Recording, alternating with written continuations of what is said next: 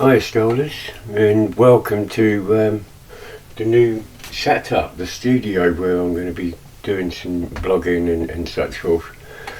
Now, welcome to Strolling with SK.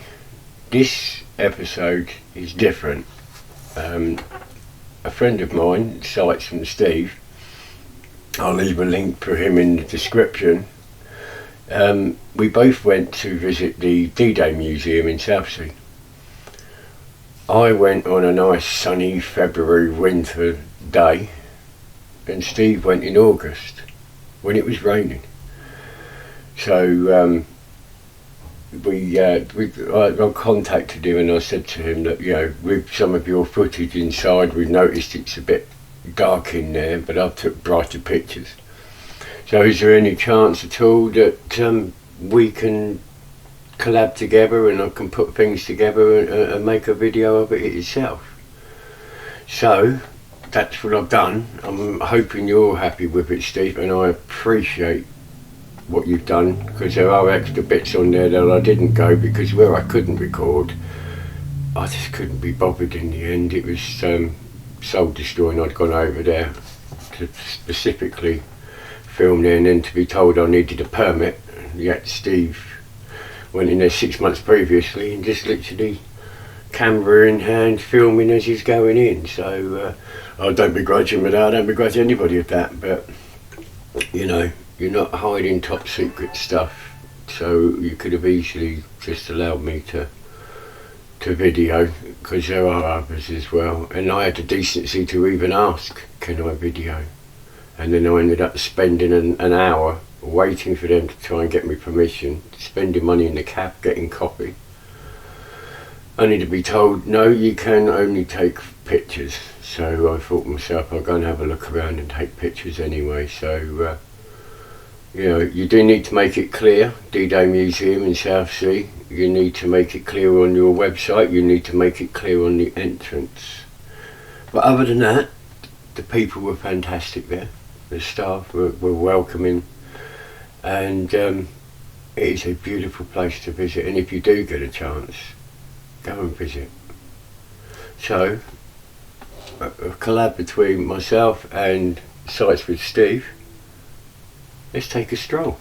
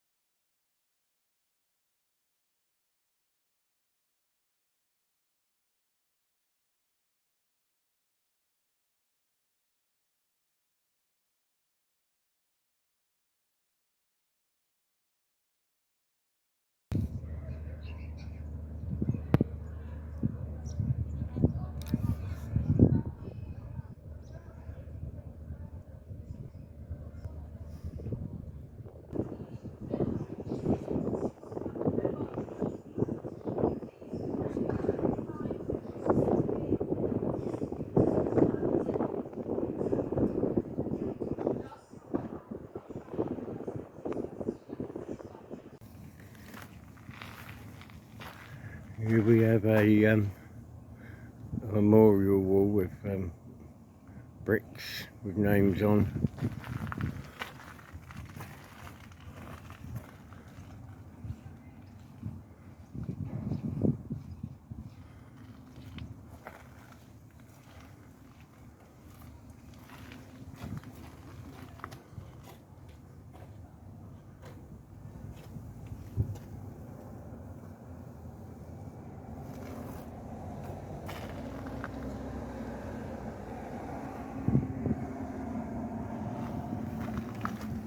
Reaches all the way down there.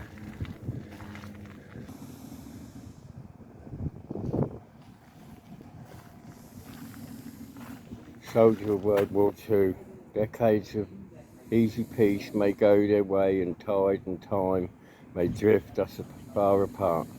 But you, who shared our savage yesterday, will hold the highest place in our hearts.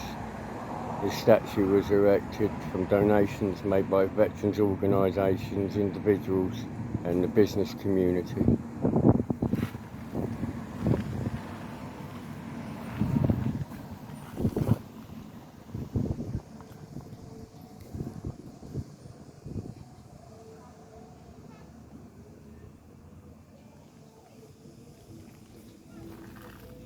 Sitting on a jerry can there.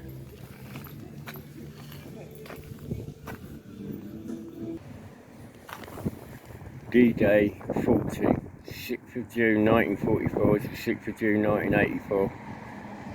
This plaque was unveiled by the Right Worship the Lord Mayor of Portsmouth, Councillor John Marshall, CBE, on the 13th of June 1984 on the occasion of the planting of the 12 oak trees by the following countries, cities and organisations to commemorate the 40th anniversary of D-Day landing in Normandy: Australia, Belgium, Canada, Czechoslovakia, France, Great Britain, Greece, Netherlands, New Zealand, Norway, Poland and the United States of America, and the City of Portsmouth Association of Jewish ex-servicemen and women and British Red Cross. And here we have Monty. We've actually visited Monty's grave, Field Marshal Viscount Montgomery of Alamein.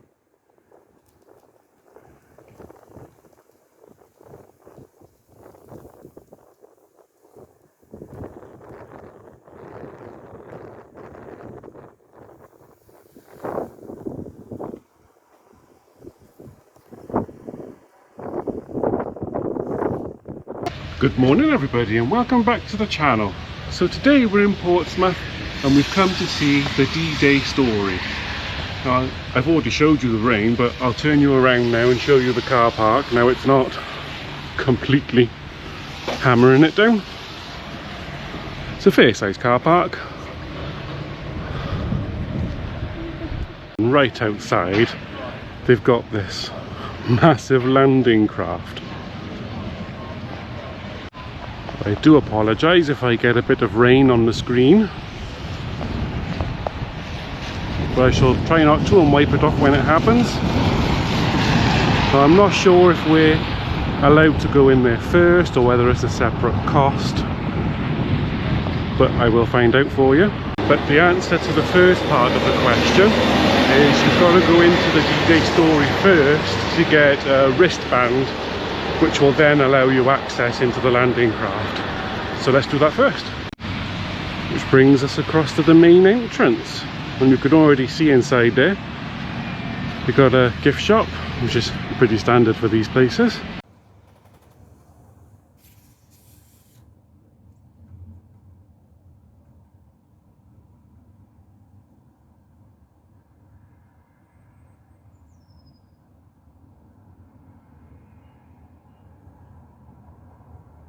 It looks like there's going to be an awful lot of information again. We got our backsides well and truly kicked out of Europe. I'll show you some, but as you know, I can't show you 4 years have passed, everything. Our friends across the channel still suffer under the brutality of the jackboot. Unless we regain a foothold on the continent now, the likelihood of the Allies liberating Europe from the darkness of Nazi occupation and advancing towards Berlin to end this war anytime soon is frankly pie in the sky. And I need to remind everyone that Stalin's patience is at an end. The Russians have been fighting and dying in the millions on the Eastern Front since 1941.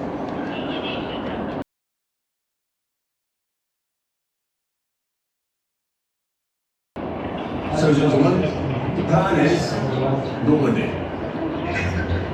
Yes, of course, Calais is a convenient stone's throw away. It has a decent border.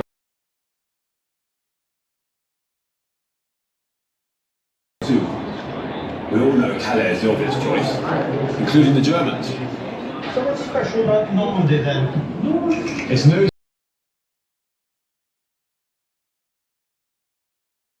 secret that Royal Atlantic War is nigh on and present around Calais. Further south, and the fortifications are nowhere near.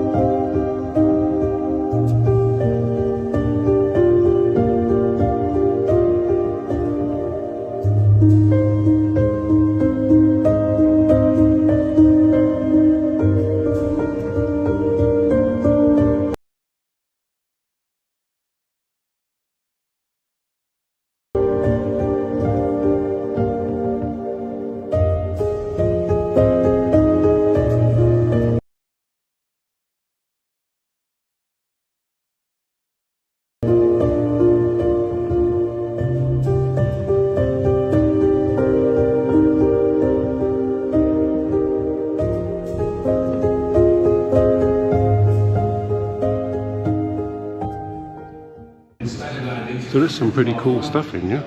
150,000 troops will hit Normandy's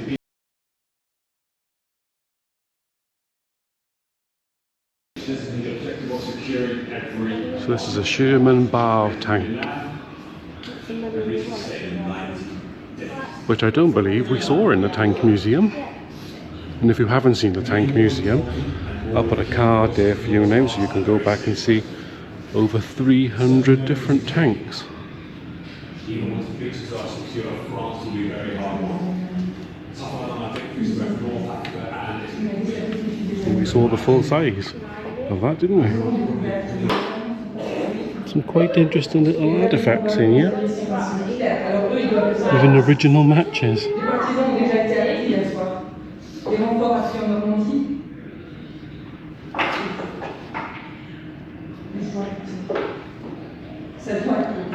British Mark III helmet, a 24-hour ration pack, and a Denison smock.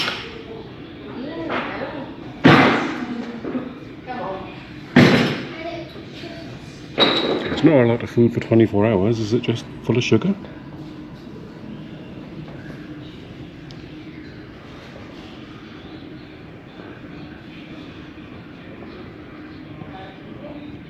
That's one big camera. Obviously it's an aircraft camera. And it would take photos like that.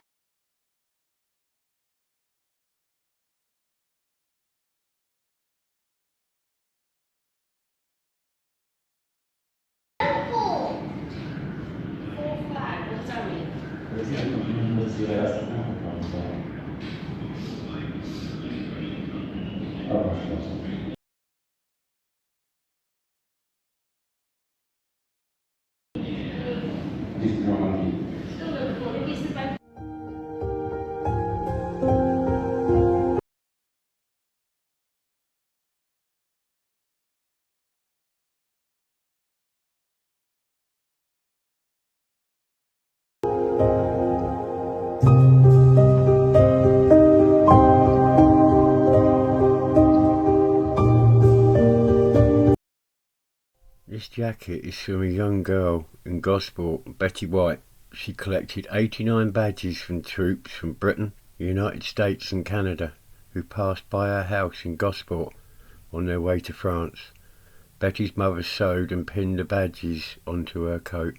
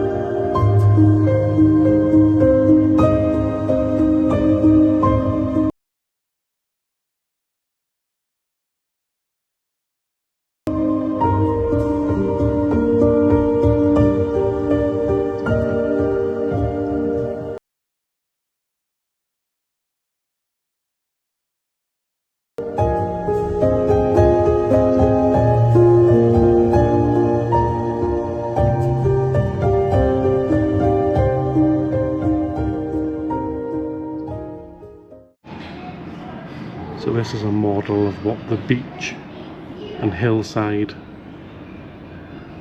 would have looked something like. So this is on top of the hill. Barbed wire, gun emplacements, more barbed wire, trenches. And then right on the front of the hilltop you've got a pillbox. Lots more barbed wire. A rock face.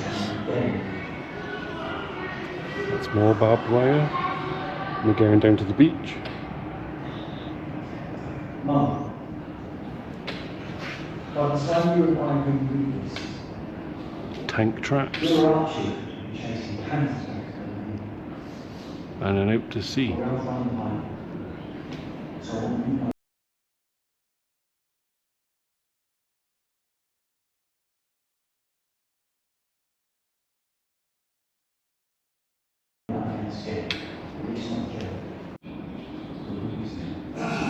Gentlemen, I spoke with full attention to these. They're shouting at the risk of going all around. Let's remind ourselves why this exists for Operation Overlord is critical to the future prosecution of this war. So that's obviously some kind of landing craft.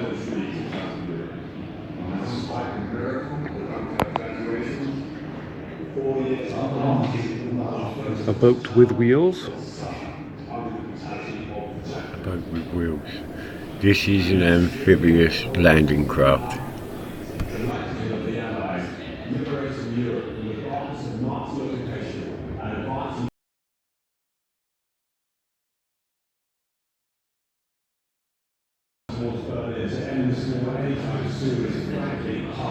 An amphibious truck.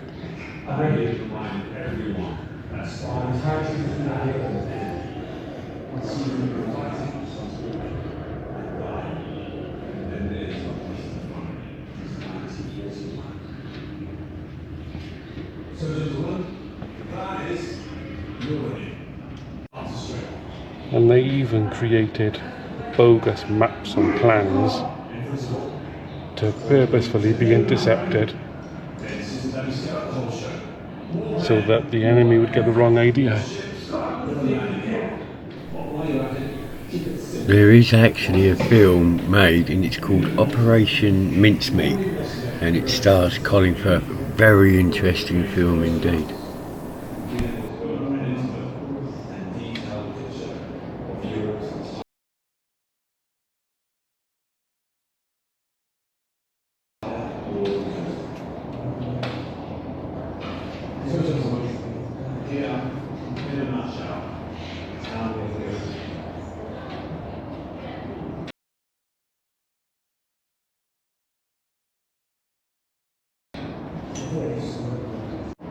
We saw plenty of those kinds of rifles on all those ships I filmed.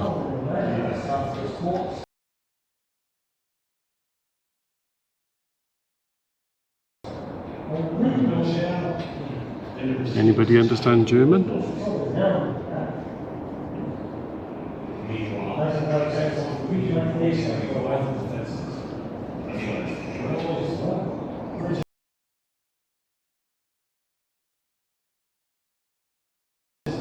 Portsmouth is well and truly full of history. I'd recommend coming down here any day. You could spend a full week here and still have plenty of things left to see. I myself have been here 4 days and have so much to show you already.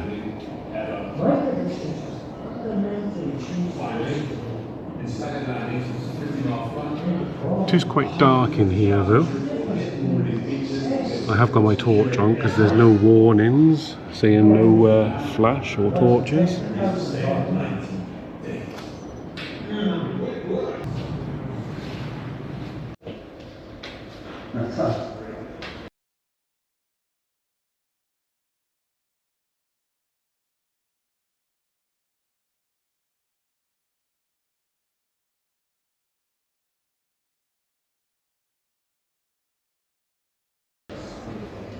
We were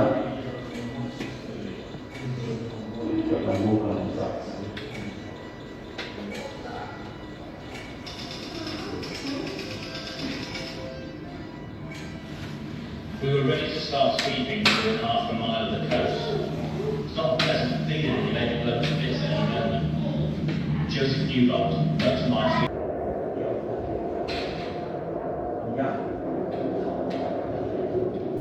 I will say on Steve's visit he had all the noises, the videos running.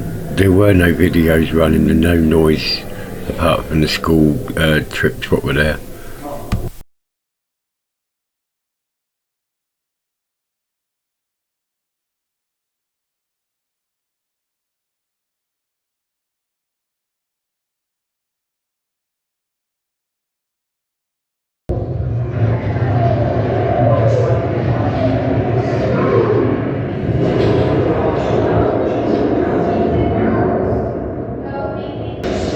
And we've all seen these, haven't we, on beach fronts normally, with holes cut in the top for you to donate to the local councils and such.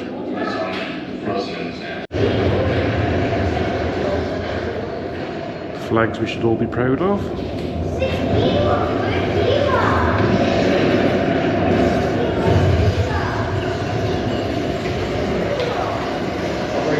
We swam ashore about 50 yards under machine gun fire, and at one point I heard someone say, I jumped out between bursts into the rising water. Doug has earthquake in the rifles Canada.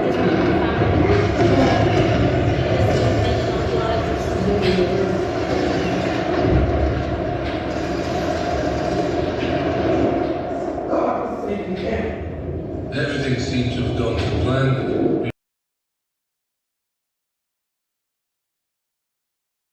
There to push on inland. Some villages were out waving the tricolour in that stretch of road. Private Jeffrey Duncan, first mover.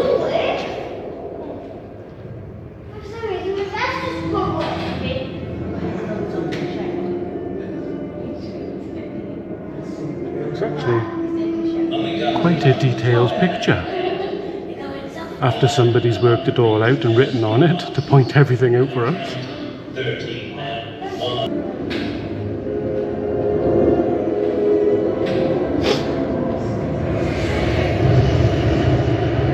When the fire started Tuesday afternoon, I could not hold the register in aftershave for the next few days. Private John Fitzgerald.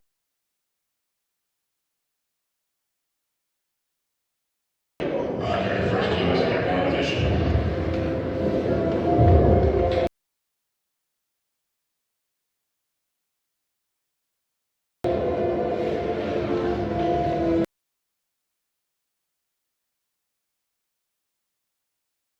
That company was shut up so badly and with no organisation, we didn't know what the other service would do. If they'll help us. There are various films as you go around.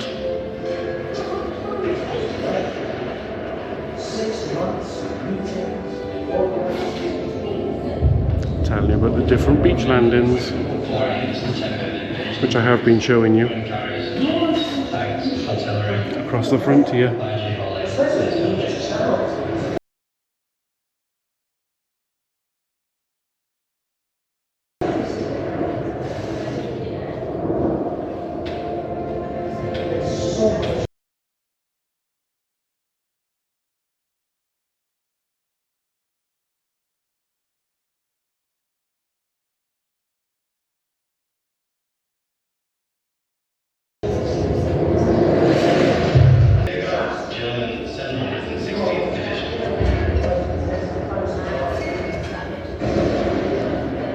Our objective on D-Day was the city of Cal. We had a long way to go. We had to face the cost, which we did on our hands and knees. The German bullets were the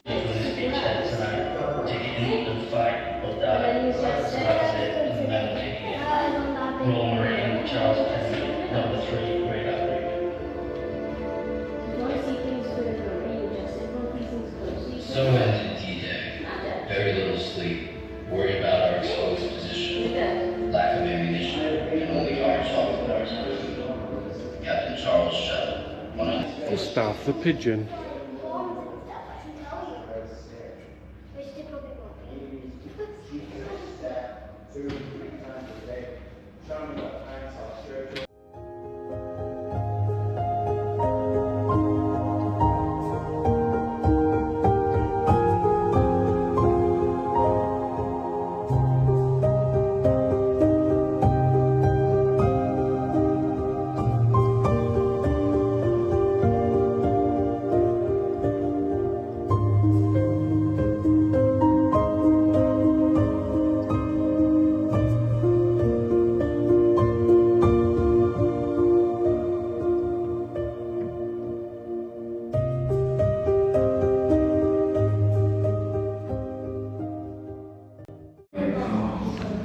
There's an awful lot of history in this story.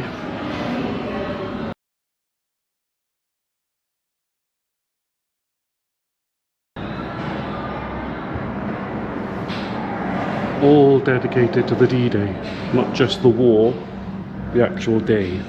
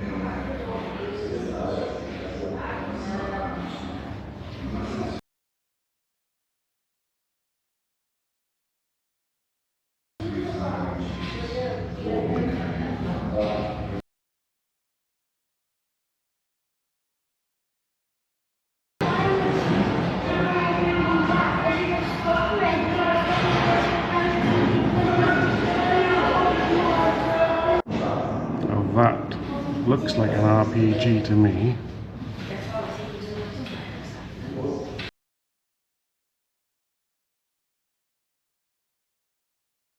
I don't think it is. Let's find out on this list. That was number 8.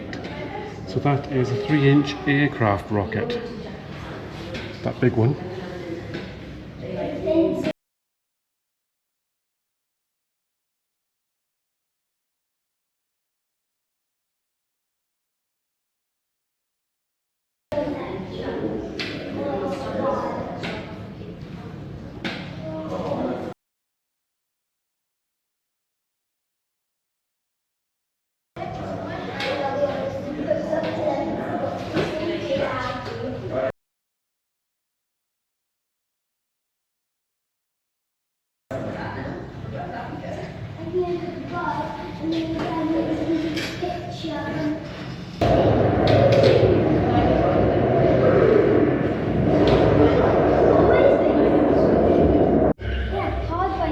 There's a boat motor by the looks of it.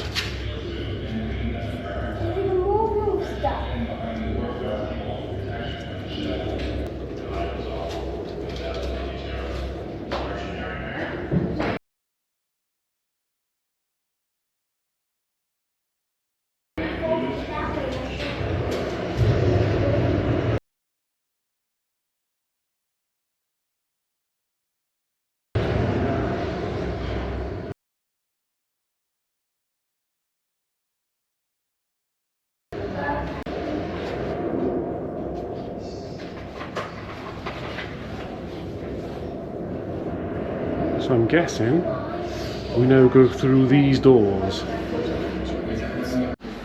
But just before we go into the next little section, I did spot these on the wall.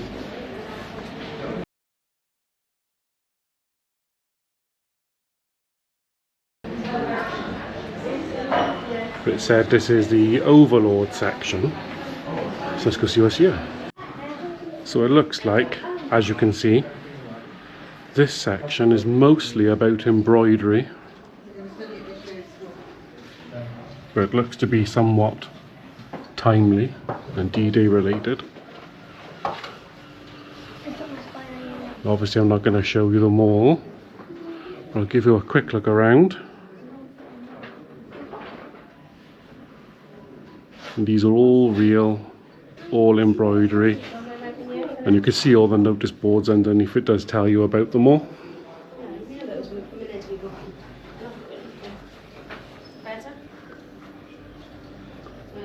But I will give you a quick look.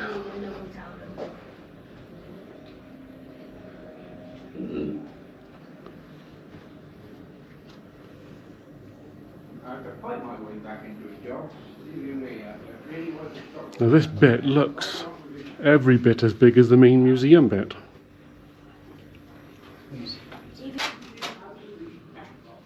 That'd be a good backdrop for your green room, Kev.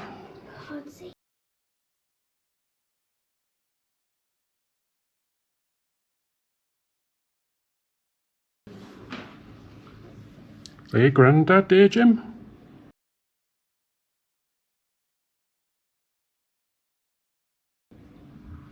It was a very mixed time. There are some stuff in the middle as well. Very interesting. And we were very. Now this is another wonderful film worth watching as well. It's a true story. It happened a few years ago. The Great Escaper, an old boy who couldn't get to Normandy to visit every year, but in the end he made his own way. But I won't tell you all about it. It is well worth checking out, and it's Michael Caine actually plays him, and it's Michael Caine's last film he ever made. Nobody I actually knew particularly what was killed, which was extraordinary really. There was one girl who was killed by a bomb. Nesta Harrods, I remember. Terrible. But that was the only one that I knew who was badly damaged.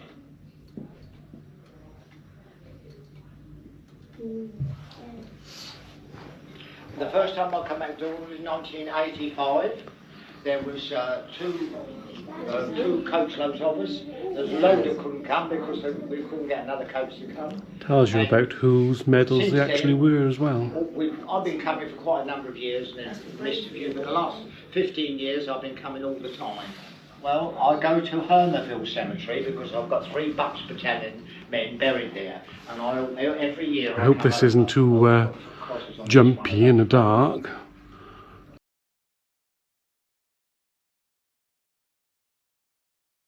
As soon as you take a GoPro in the dark, it tends to lose all of its stabilisation. When we were laying 6 miles off Goldbridge, we were hit by a German guided bomber. And fortunately I was on the port side, but the starboard side got hit by this German bomber. It killed 8 crew and injured.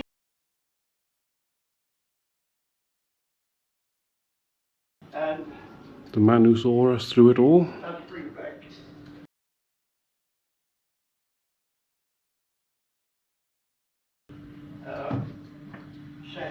Good old Churchill. Shall I light one up and show you the level of detail? Let's pick this one, shall we? Take a look at that. And each of these are just as detailed. I suppose they've not got bright lights in here so as to preserve them.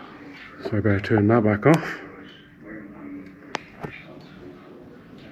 Now in the centre by here, it tells you how the embroidery was actually made.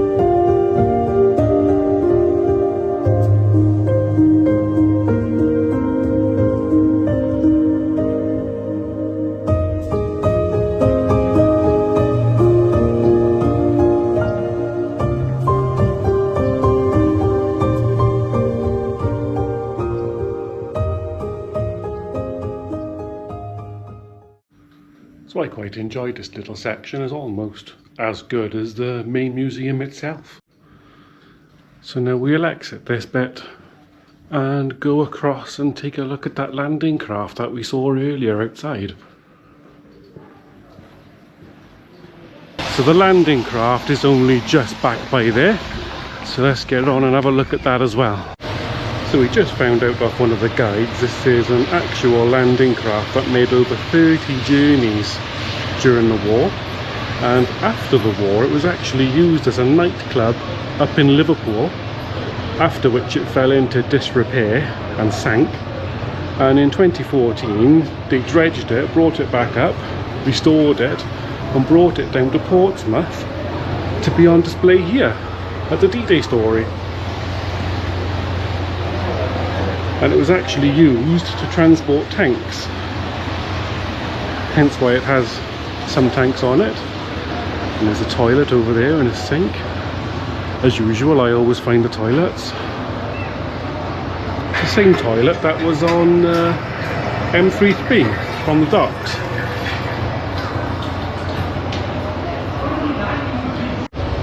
And you can explore it all, even up onto the gun decks. So of course, you know, I'm going to take you there.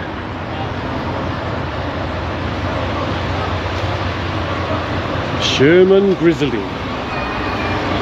We all knew it was a Sherman, it was very distinct. At least there's not many steps, especially after all them boats yesterday. And from looking at it, I can't tell you what that is. So I do hope there is a sign.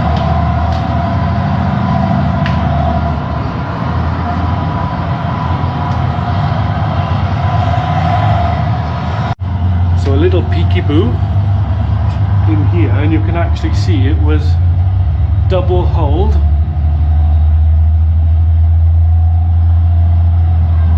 A bit of a sound effect out here for this tank, and it's rather loud. And you can see more of that double hull as you come through into this section back here.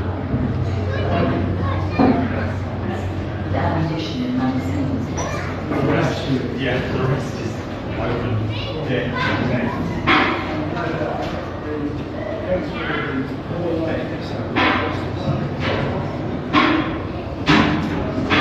So again, the sleeping quarters, where you at. So I wonder where the kitchen is. I wonder if we get to see that. And you can get a video to play, and what plays depends on what you press.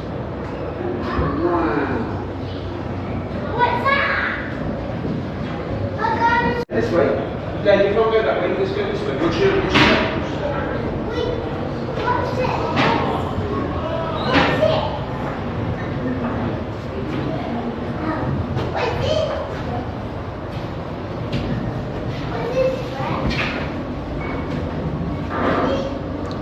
So now we get to go up the steps.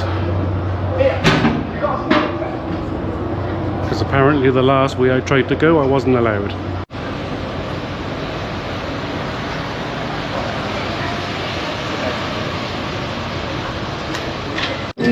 So just the 3 little windows for you to see where you're going.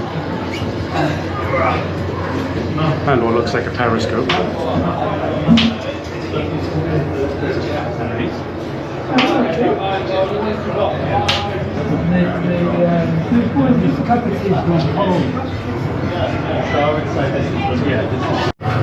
And I can vouch for it being a very tight corridor, at least for a big fella like me.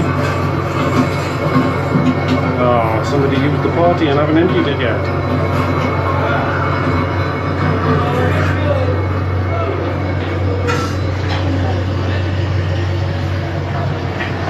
So that's the kitchen, or the shop. I think it's the kitchen.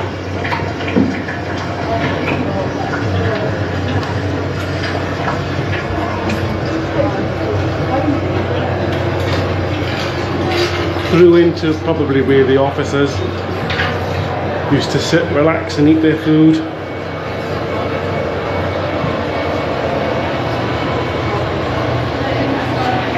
out on deck. Have I found the officer's toilet? Maybe. Right next to the officer's canteen. Fair view from up here. And of course there's one of the captain's windows. So we gotta go up these steps to see what's up there. There's 2 guns up here. One by there. And one just the other side of us by there, which I'll show you in a second. And here's the other one on the other side. I'll get my little helper to take you a bit closer for me now. This is a bit closer.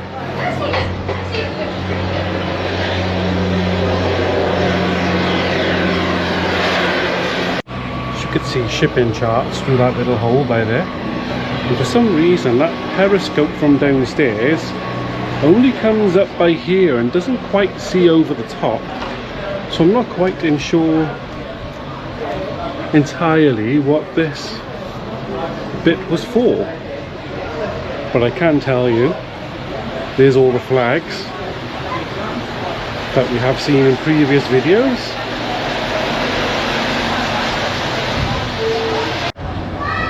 So all in all, this has got quite an amazing story for doing so many journeys during the actual war, then ending up as a nightclub in Liverpool docks, to sinking, to being dredged and brought back up to the surface, brought down to Portsmouth into dry dock, repaired, and then brought down the road to Southsea for all of us to come and visit and see a bit of history. Absolutely amazing. Now I wonder if that's still used during the night to raise the entrance, because I wouldn't have thought they leave this thing open overnight for all the kids to come on and spray paint it.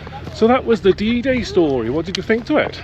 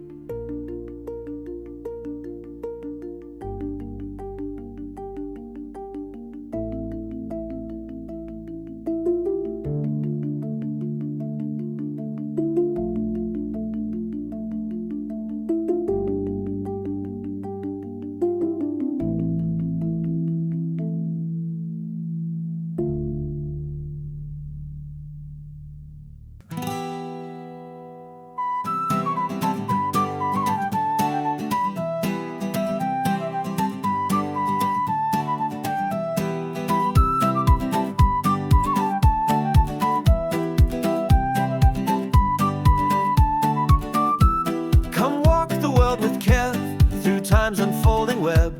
The stones beneath our feet still hold a silent beat. He leads through castle doors, down echo-laden floors. The past is not asleep, it breathes in dungeons deep.